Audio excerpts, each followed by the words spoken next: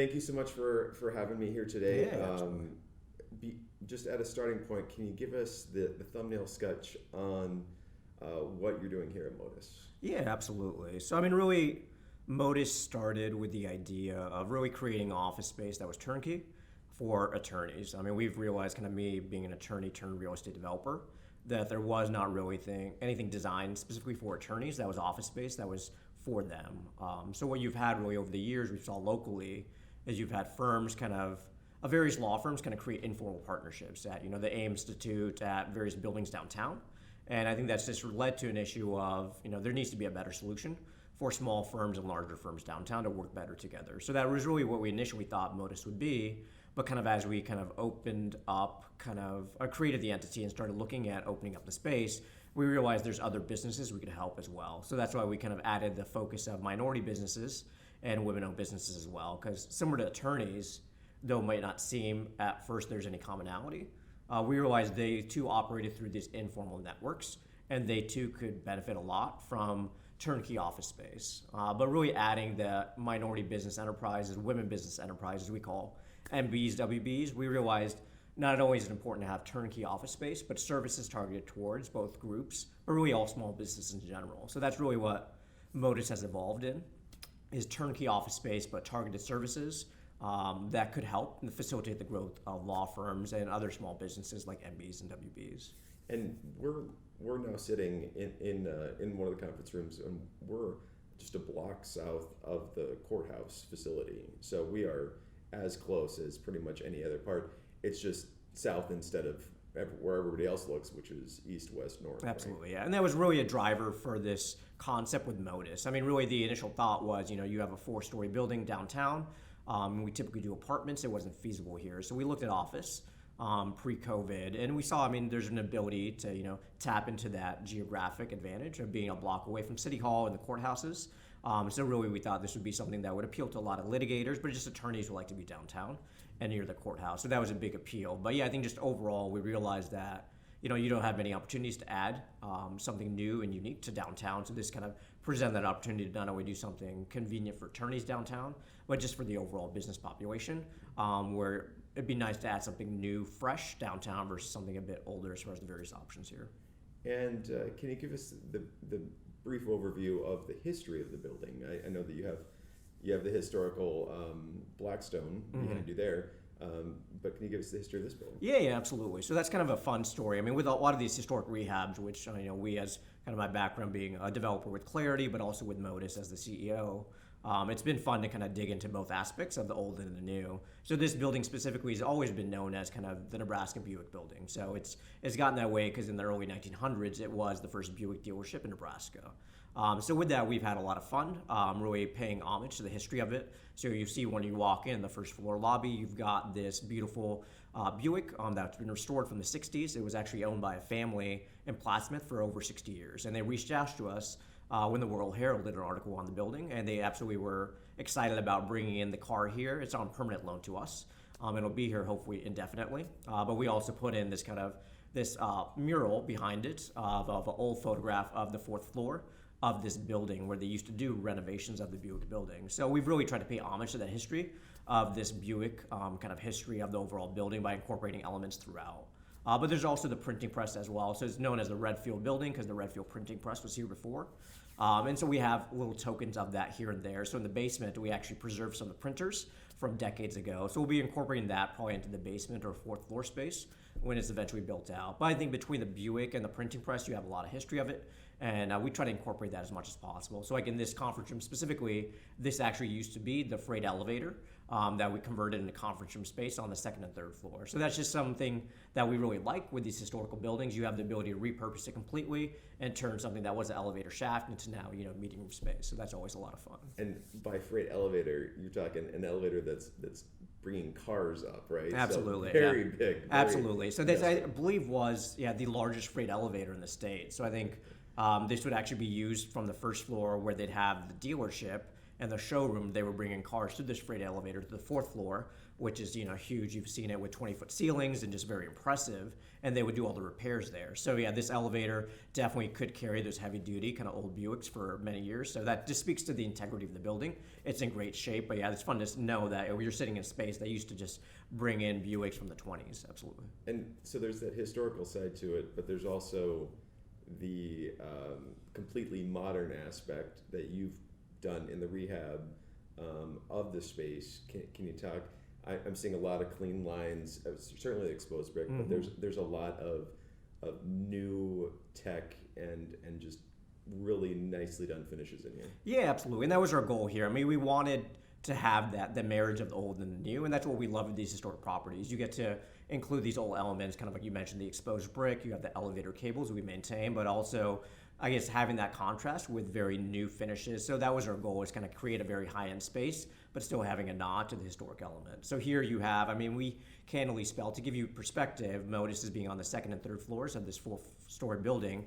On each floor, we spend over $100 per square foot on their tenant improvements. So TI, average kind of build out for a normal office space is around $40 to $50. So we spent twice as much, literally about $1 million per floor building out the space. So that just speaks to how much we invested in this area. It's very much high end along with the Class A office space. So that was really the goal here, is create kind of a higher end look and invest in it, because we really want to set ourselves apart from competitors in the market like a Regis, like a Commerce Village, that have a different look, different aesthetic. It might be a little older. Our goal was to set ourselves apart by being a bit newer, more minimalist, but still having nice kind of clean furniture, kind of clean aesthetic overall, but something really modern that kind of plays well with the historic elements too. So with that idea of there are these other turnkey office spaces out there, but the difference here that I'm seeing, and correct me if I'm wrong, but the idea of having it be co-working, and it's not that you have your just your office space in this building, but there's this idea of kind of a collective mind of working together with those around you. Yeah, absolutely, and I think that's something that you'll see more and more people are, I guess, really interested in. I mean, the downside would just a standard office space where it's kind of segregated. You just lose that sense of organic community and more of that kind of communal feel you'll get by interacting with people in common spaces like your kitchen area or kind of in the conference room spaces. So really what we did here, and it was very purposeful in the layout, we had kind of a mix of office suites in the corners of each floor, and then a kind of a mix of open air seating and conference rooms. So the idea is that you have a variety of uses, kind of single desk uses that might be just somebody dropping in for the day who rents it monthly, along with office users who are renting a suite who are probably more permanent and more day-to-day here. But then you also have conference room users. So I think the goal is you're not only bringing in attorneys who are maybe going to be a day-to-day use, but you might have more of a creative mix of people. Like we have, a leading pass, which is a digital strategy group. We have a grant writer on site. We have people of various backgrounds. So that's kind of the benefit when you have more of a communal feel that's got something that's for everybody, kind of conference rooms, furnished office suites, and kind of desks. You get that variety of people, and you kind of create what we've always strived for, is an ecosystem. And I think that's where the attorneys and minority businesses and women-owned businesses and other small businesses will benefit. You'll ultimately have a community of kind of key players in various aspects and various industries where they can benefit by working together and creating connections more organically within the space. Yeah, I guess coming from the Bar Association perspective, it is so important to have those interactions between attorneys and between other professions. Sometimes I think we discount it, and maybe even more so in today's world, when if you have a screen, you're connected to everybody. But Exactly. that's not true. That's not the reality of the situation. And having educational opportunities, discussions, ability to brainstorm together, I think it's really helpful. And to have a space like this, and I also think of maybe like a master craft, sort of so many different ideas in a similar space can really create some synergy that goes a long way. No, absolutely, and that's our hope. And that's kind of perfect kind of segue into kind of, other services and value add propositions Modus offers. For us, the turnkey office space, I think we do well. And we try to kind of make sure we have everything a person might need from office infrastructure. But to your point of educational networking opportunities, that's something we also try to highlight that makes us very unique and distinct from others, is kind of creating kind of this culture where you have events going on site, whether it's kind of a continuing legal education event, whether it's in person or through a webinar. Similar, I mean, we might have forums on law and policy topics. The goal is to have a variety of events on site starting later in the summer as more people are comfortable coming back in the office setting. And then I think that'll create a more interactive kind of culture as well, because you'll have these kind of educational and networking events that'll bring in a variety of people who might not just kind of be stuck in their offices or not be in the space at the same time. But our goal is to kind of have these kind of events so people are more interactive and collaborative as well. But I think these events, kind of educational and networking, will probably start in July and August, will help kind of foster that communal kind of feeling and more of an interactive kind of day-to-day approach between our members, so they're less likely to just stay in their offices and do their work and leave, and more likely to interact with people in our kitchen space or various kind of open spaces. And I know there are plenty of attorneys out there that are like, oh, I'm just going to go work out of a coffee shop. My home and my coffee shop are my two things. But we know that that's not necessarily going to work for clients. You don't have space that's confidential, but you don't have the conference room space and things like that.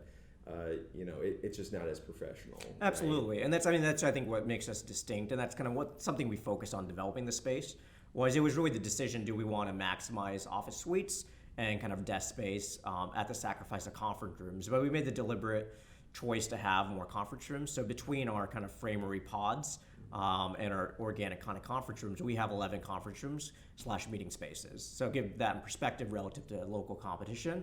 Places like Regis, Commerce Village, they have maybe 1 to 2 meeting rooms. So we purposely have provided more options and that are fully furnished. You have your meeting owl, your modern kind of tech that everybody needs. You have your TV, whiteboards, everything. The goal is to really tap into that need and this new hybrid, as we call it, in this post-COVID world. Like many people, they just might not want to deviate from working from home, but to that point, they want occasionally professional meeting space, and we kind of fill that need. So I feel like between our suite offerings, our desk offerings, and the conference rooms, you're kind of providing something for everybody, because we know that there might be people who don't really want a suite, but they want office space occasionally or a conference to meet in. So we kind of price ourselves in a very affordable range of $10 to $20 an hour for this year.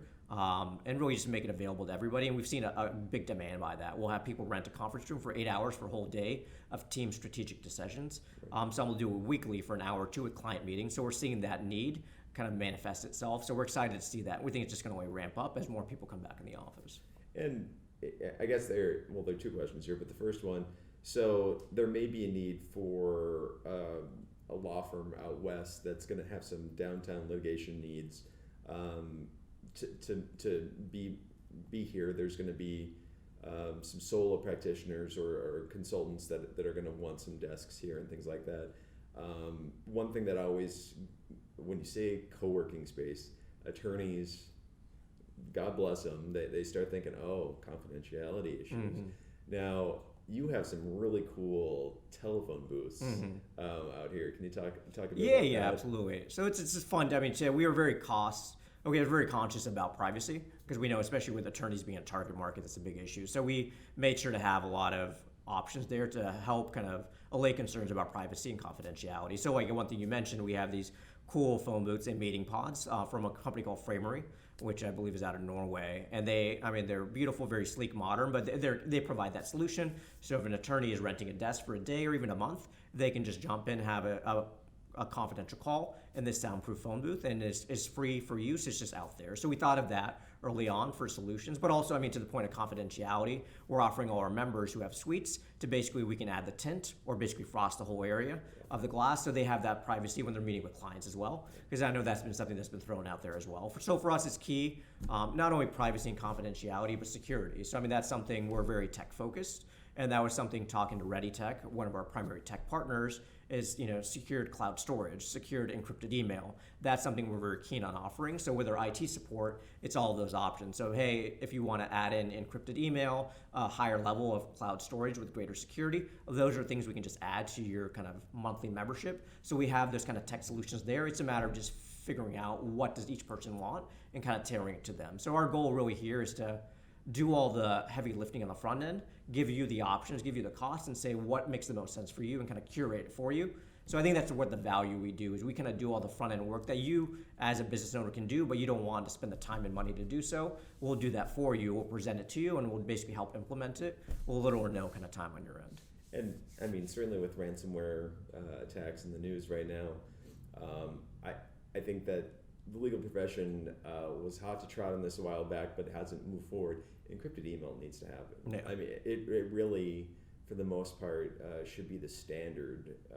You get a client, you have an encrypted connection between them. They have the key. You know, it just needs to be the new norm. And I'm hesitant to throw anybody under the bus, but it just feels like we may be a little bit behind, and that security issue is huge. Yeah, no, I absolutely agree. I mean, especially over the last 30 to 60 days, I think these various cyber attacks, I think it's making everybody on edge. But I think with lawyers, yeah, they've always been, as a group, very focused on confidentiality and security. But I think it just reminds everybody who's not using kind of encrypted email or secure cloud storage, you really have to start investing in it, because I think it's often too anecdotal. When you don't have an issue, but until you hear of a horror story with a colleague of yours that happens to you, then you start taking steps. You're not taking preventative or preemptive steps, you're more reactive. So I agree, it's something that a lot of attorneys have to start looking at, and talking to our partners at ReadyTech and other groups, you'll realize very quickly making those steps or adjustments are very cost efficient. This is not going to break the bank. It's just very slight adjustments. You just have to know the right people who can give you the right information to say, this is how you do it. It's going to be $20 more a month, and it's going to give you and your clients a peace of mind for sure. And it's not like we don't see it in other professional entities out there that are already doing it as a matter of course, and it's just the standard. And so it's not like we're telling clients that do something that they aren't already doing with other professionals. Absolutely. No, I think that's a great point. I mean, anecdotally with me, I mean, as more of a real estate development role now, I mean, I primarily deal with lenders. And it's the go-to now. Every email, even if it's say, hey, how are you doing, when do you want to meet? It's a secured email. So I think it's becoming the standard in a lot of industries. The question is, when does it make a shift more so in the legal industry, especially with smaller firms where it's not really mandated from top down, from a kind of like a board kind of ownership standpoint. It's more of an individual decision. Are you going to be the one who does it, or are you going to do it when your friend, who's also a solo practitioner, has been hacked and he's had this major issue come up? For sure, yeah. So what is what's the capacity that you have here? How many professionals could be on these two levels for Modus? Yeah, absolutely. Great question. So really that was the goal of us, is to provide a variety here. So we have 16 individual office suites on both floors. So it's really 2 clusters of 4 on each floor. And those are around $850 a month. So we're really purposely, with pricing all the suites and the desks, we looked at candidly just the competition locally, Commerce Village, Regis, etc., and tried to price yourselves competitively below them, 15 to 20%. So we have 16 individual office suites, 11 medium office suites. So it's about really 25 to 27 really solo suites to medium large office suites. Then we have actually 84 open desks and 11 conference rooms. So capacity-wise, I mean, really when we're full, the goal is by September, October. I mean, you could have, on most days, you could really fit healthily, I mean, easily 100 to 150 people between the 2 floors. But I think, I mean, realistically, with people's schedules varying, I think we're going to see people pop in and out of the space quite a bit, kind of like we talked about. Previously, I think you're going to see a hybrid approach where you're 2 days at home or 3 days at home, 2 days in the office. So I think we'll see that a lot too. So I think realistically, you'll maybe see anywhere from like 50 to 80 people kind of in the space at all times. But I mean, capacity-wise, we could easily fill up 100 to 150 when we're at full capacity. And this is a stupid question here, but when it comes down to, if I have a monthly membership here, is my access limited to like an 8 to 6 time frame, or do I have access into the space at all hours, or is that only if I have a suite, or are there restrictions on hours of access for people that are members? Yeah, good question. I mean, just generally, yeah, if you're a member, whether it's a suite, desk, etc., you can have 24 access via key fob. So for us, security was a big thing, especially being downtown. We know that's always a concern.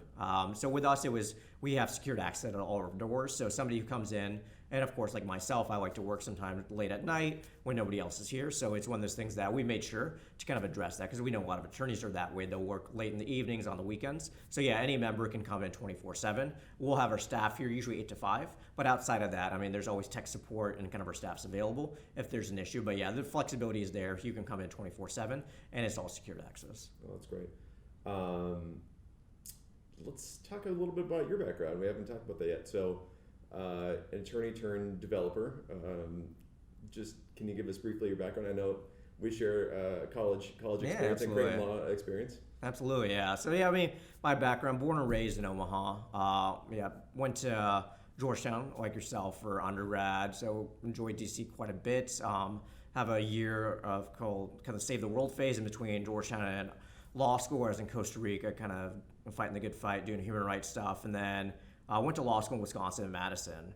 And then from there, I ended up doing labor law, actually in Michigan, briefly for about a couple months. Didn't realize it wasn't my passion, and kind of found real estate development in Omaha. So I was in-house development for a couple years, and then we started Clarity, myself, and a couple partners in 2014. So it's myself and two partners have been primarily working on Clarity and developing projects throughout Omaha. So we've done pretty much, anything new you've seen in the Blackstone over the last 7 years, we've done in partnership with Green Slate Development. We started a lot of the great commercial properties there with Moolah, Night Owl, and we've basically done any new kind of apartment project you've seen in that area we've been involved with. But also, for me, as of late, and specifically the last couple years, my passion really is tax credit development. I think for me, I like the brain damage, it's kind of the complexity of it. And it's a very specific industry that not everybody's kind of crazy about or wants to even kind of try to understand. So for me, it's buildings like this that are historic tax credit rehabs are a big focus, but also affordable housing, so low-income housing tax credit. So those are kind of my two probably passion areas for development. But I think with Modus, it's kind of a new passion as well. So I could see this as a long-term thing. I don't see this as a one-off. We're already looking at space in Kansas City, near a courthouse as well, and the goal would be Chicago after that. And I just think, with the attorney focus, MB, WB focus, I think there's a very scalable concept here. It's just a matter of being patient during the post-COVID times, kind of getting people comfortable and kind of listening to them as far as, what else can we add to the space that'll make them kind of more excited to come back here versus kind of working in a coffee shop or at home. But no, for me, it's been a fun journey. I think real estate development will be always something I'll do with a focus on historic kind of tax credits and affordable housing. But I think Modus, it'll also be a long-term focus as well, because I just see so much potential. And I see there's just this unmet need. You'll have some co-working spaces or office spaces that are women-focused or women only. I've never seen anybody scale it nationally where it's an MB, WB focus, but also attorney focus, because I feel like that's such a neglected sector, and there's such a need for it, especially small solo firms, that I think there's just so much opportunity there. You just have to do it right and listen to your attorneys to see how can you improve it. Right now we've got the foundation, but we're smart enough to know what we don't know, and we know that there's going to be other services and other things we're going to do to make the space a bit more valuable to our members. And our values, again, in simplifying their lives, is doing things that they could do but they don't want to waste time doing. We'll take care of the headache for them. To that point, in terms of this area, you have some vision and some ideas for plans for what's going to happen, even just around this building, right? Correct. Yeah. So really, we kind of viewed this Redfield project, which Modus is in the Redfield building, we call it, or the Nebraska Buick building, is really the first of really 3 or 4 major projects in the area. So it's been announced already. We have what we call the 18th Howard project, which will be right across the street at 18th and Howard, which is currently vacant parking lots. We'll develop what will be the first mixed income project in downtown Omaha. So it'll be about a $35 million project, 120 units of 1 and 2 bedrooms, some studios, and then 14,000 square feet of commercial space. And that'll be a mix of specialty fitness, kind of yoga Pilates bar, based on kind of the gap that Pinnacle Fitness left when that building, the Scalar building, was bought out, but also 3 restaurants. And the goal with that commercial space, again, feeding into our focus on MBs and WBs, would ideally have those be MBs and WBs tenants, because for us as a minority business, we like to support minority businesses, but of course open it to everybody else who also wants to participate. But the goal with that project will probably start next spring, summer, and probably take about 18 months to build. And then we have some other projects in the area, the Standard building, which is again right by the Flatiron building at 18th and Howard. We would develop that 6-story building into 40 apartments, and then the first floor would be a bodega grocery store, and then a Brazilian kind of steakhouse or seafood concept, something unique to this area that's not there. And that would probably be a March start of next year. So I think really in the next 24 to 30 months, you'll see this area transform, because this is really the first step in 3 or 4 projects that really redefine this whole neighborhood and result in about $100 million of development here. Yeah. So it'll be a nice way to balance out the new construction with the Juvenile Justice Center, because I think a lot of people are concerned that would be the only activity here, and that would maybe stunt or prevent other development from happening, where we never viewed it as a negative. For us, it's a use that not everybody might agree with, but for us, it's new construction. It's meeting a demand out there. And for us, we're just happy to see new quality construction going on in the neighborhood. So, really, you sort of touched on it in terms of scaling, but this is not a concept that we really see anywhere in the country right now. This is leading edge of co-working space for legal professionals. Yeah. That, I love it, because it's not we're not doing the same thing as we've done before, and it really fits generally where people are going with working and post COVID especially. But this is new. This is new territory, right? No, absolutely. Yeah. I mean, that was something that we were surprised to find out, candidly. I mean, when we were researching early on kind of this attorney-focused concept before it evolved to focus dually on MBs and WBs, we were surprised. We've looked nationally. There's a couple group law firm suites. There's a couple of ones out on the East Coast, West Coast, but nobody's scaled it beyond 4 or 5 locations. Nobody's realized the potential here. Maybe they realize it, they just haven't invested the time, effort, and capital to really build it out. But yeah, no, I think to your point, there's really nothing like this on a regional or national scale. And I think there's an ability to really take this regional to national. Because I think the fact is there's going to be so many attorneys coming out of law school every year. A lot of them, by choice, by personality, whatever, they want to go solo. And they love that life and they never want to abandon it. Now, I think you're going to be creating a solution for them by giving them basically just kind of this place to just jump into rather than creating the informal network you talk about where you can have office, you work with 4 or 5 attorneys in the building on some kind of quasi-referral system. We're helping kind of improve upon that. And a lot of attorneys will appreciate that. But I think when they see that additional benefit of non-attorneys in your space, that could not only be beneficial from a learning standpoint, but a referral standpoint and client standpoint. You see that this ecosystem we're striving to create makes a lot of sense for everybody because the attorneys benefit through attorney interaction, non-attorneys benefit too.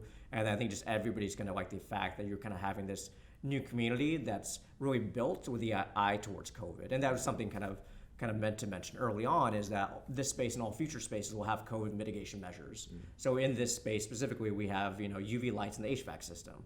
We have also UV external fixtures and air quality monitors that all are designed and things that we implemented during COVID to make sure people are more comfortable coming back in the office space. But that's something we'll do going forward as well. And that will also be good in terms of the co-working space. Beyond the COVID-19, it's cleaner. It's more hygienic, right? Absolutely, yeah. We know. I mean, our hope is we don't have another version of COVID 2.0 or 3.0 in the future, but it may happen. Yeah. But I think regardless, I think people still like the idea that spaces like us are taking more, progressive steps to actually preempt those issues or deal with them head on rather than be reactionary. So I think for us, the UV lights in the HVAC system, stuff like that. I mean, we have that information on our website, all supported by scientific studies. There's a substantial reduction in the threat posed by airborne viruses when you have that. So for us, it's any steps we can take to alleviate concerns by a guest for a day or a monthly visitor or an annual kind of tenant, we're all for. Because we know the peace of mind is a big issue for a lot of parents and just people in general about coming into a space like this. So we want to, of course, be sensitive to that and tell them this is what we have implemented, and this should help allay some concerns. Yeah. Is there anything that I did not ask? This has been just a lot of information, great information. Really excited about the space. I think I love the idea. I think that it makes sense for attorneys. I think I'm a social butterfly with Omaha Bar Association. I think it makes sense for attorneys to be near each other and to be this close to the courthouse is great too. So I think it fits a lot of different needs out there, but specifically the solos, which we need more and more help for to make sure that they're comfortable and they're working and not focusing necessarily on the business side as much as the work side. I think it's great, but is there anything that I missed? No, just I'd want to add on, like we talked about kind of the two benefits of us is turnkey office, but also the services. So I think just highlighting, some of the services that we thought of and we're offering, especially to solo people, whether you're established, but even the new ones, really our thought was, if you're a Creighton Law, UNL Law graduate, whatever local law school in different cities as we go and evolve, you're going to have the concerns about, well, if I'm going to start up my practice, what do I do? So office space, we've kind of done turnkey office fully furnished, conference rooms, that kind of solves that solution. But also I think for us, it was very important if somebody's starting off, what billing software to choose, what legal research software to choose. We've researched that. We've picked out, basically pre-selected. If it is a new attorney who wants to start up their practice, we will take care of all that for you. We'll say, if you want to use this billing software, we'll just do it for you. We'll add it to your monthly bill. Same for legal research software. So I think we've thought about what issues can new attorneys potentially face and how do we address that through our offering. So a lot of that is incorporated in what we offer through our partners. But another thing is kind of like, I think it's actually credit to you, your recommendation of a virtual assistant. I think stuff like that, is really a good idea because, to the point of there's some things that attorneys don't want to do. that you can help solve. I think a virtual assistant or some kind of solution for minor things like that, helping with their calendar, setting appointments, I think would be very helpful. So that's something we've also vetted and we'd offer as a service. Basically, here are a couple virtual assistant providers we've researched, so that's something we can offer as well. But even marketing as well. So we've aligned ourselves with marketing partners who we can offer to attorneys as well. So if they want help building a new website or with SEO or with Google ads and Facebook ads and stuff like that, we have a marketing and creative partners we can link them with, and they can kind of basically help them on a monthly basis or kind of one-off. So with us, it's kind of thinking of those various services and just noting those to attorneys. This is more than just office space. It's kind of got the services you need to basically facilitate your growth and take away kind of the headache of your day-to-day stuff, but also focus on things you maybe should be doing with marketing, with branding that you just don't have the time to do.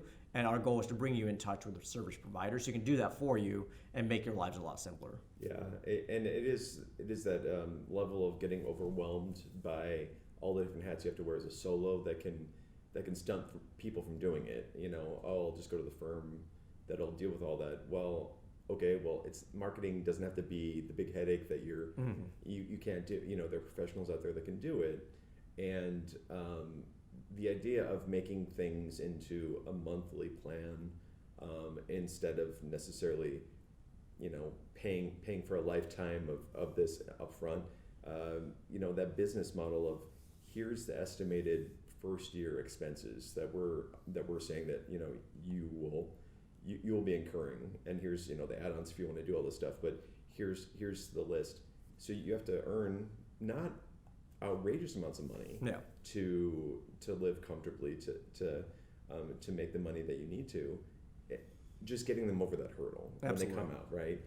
So that they don't necessarily choose something that they don't want to do because they didn't understand that flow of money in and out. Yeah, absolutely. And that's something, we've worked with our service provider partners that we'd connect people with. So whether it's like a Ready Tech to assist with IT support, like we talked about, encrypted email, storage, all that, or the marketing, we made it very clear to them that we want you to kind of have a customer by customer kind of discussion and say what makes the most sense for you. But our offerings are kind of scaled at a very base level to kind of something you can add on. So yeah, the goal is to make something that's affordable for everybody, but if they want to add on and have more robust services, they can do that as well. But yeah, we're very targeted on that, knowing that a big core focus for a lot of our solos will be newer people, just fresh out of law school. So money, of course, is very key for them.